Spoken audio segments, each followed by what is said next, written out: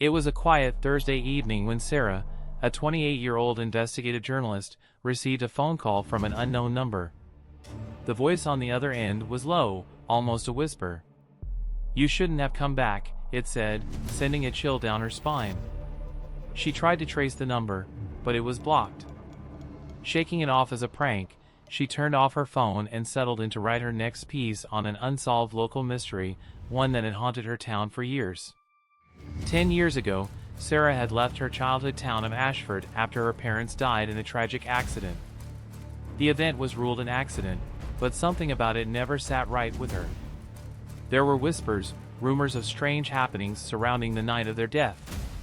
As a child, Sarah had never fully understood. But now, as an adult and a journalist, she felt compelled to dig deeper. The story had always been ignored by the local media. The accident had been reported as a simple car crash, but Sarah's gut told her there was more to it. Her parents had been highly respected in the town, and their sudden death left more questions than answers. That night, Sarah couldn't shake the feeling of being watched. She had returned to Ashford only a few days ago, staying in her family's old house, which had been vacant for years. The house itself felt eerie, with creaky floors and old furniture draped in dusty sheets.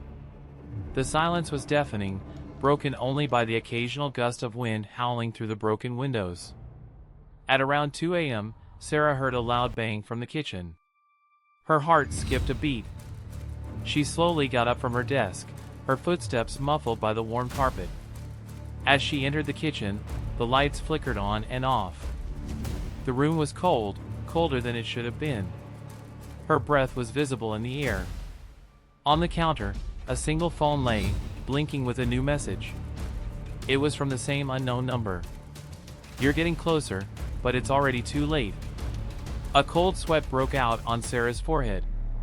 She knew she had to get answers. She grabbed her jacket, her mind racing, and headed for the local library. The place was nearly deserted at this hour, and the librarian, an old woman named Mrs. Peterson, looked up from her book as Sarah entered. "I thought you'd be back," Mrs. Peterson said, her voice unexpectedly sharp. "Back?" Sarah asked, confused. "Your parents were here often. They were looking for the truth too." Sarah froze. She'd never known that. She'd assumed they had been content with their lives in Ashford until the accident. Mrs. Peterson led Sarah to a back room where the town's oldest records were kept. As Sarah sifted through old documents, she found a file with her parents' names on it. The papers were mostly legal documents, property records, insurance claims, but one photo caught her eye. It was a blurry image of her parents standing with another couple. The photo was taken at the edge of a dense forest that bordered the town.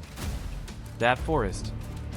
Sarah muttered to herself, recalling the place her parents had often warned her to stay away from. "I'd be careful," Mrs. Peterson said, her voice trembling. "There are things in that forest. Things people don't talk about. Things you can't explain." As Sarah left the library, the phone rang again. The same voice spoke, but this time, the message was different. "Come to the old cabin in the woods, if you want to know the truth." Her heart pounded as she made her way toward the forest. The moonlight barely pierced through the dense canopy, and the air was thick with an unsettling stillness. Each step felt heavier, as if the forest itself were resisting her presence. Finally, she reached the old cabin, dilapidated and covered in overgrowth. The door creaked as she pushed it open. Inside, everything was as if frozen in time: dusty furniture, old photos, and a fireplace that had long since gone cold. And then, she saw it. A large, old journal lay on the table, its pages yellowed with age. She opened it. The handwriting was familiar. It was her mother's. The entries described strange occurrences, whispers at night, and things that moved in the shadows. The last entry read, "They're not human. They're watching us. And they will come for Sarah." A sudden noise from behind made Sarah jump. She spun around, but there was no one there. Just the shadows.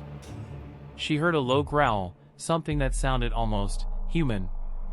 Panic surged through her, and she bolted from the cabin, running through the dark forest, the growling growing louder with each step. The next thing she knew, she was back in the middle of the town square, breathless, her body trembling. She looked at her phone, and the message had changed again: "You should have never left." Sarah felt the weight of the truth settle on her chest like a stone. Whatever had been following her parents had now found her. And it wasn't going to stop until it had her too. In that moment, she realized the town of Ashford wasn't just haunted by memories of the past. It was haunted by something much darker, and it was waiting.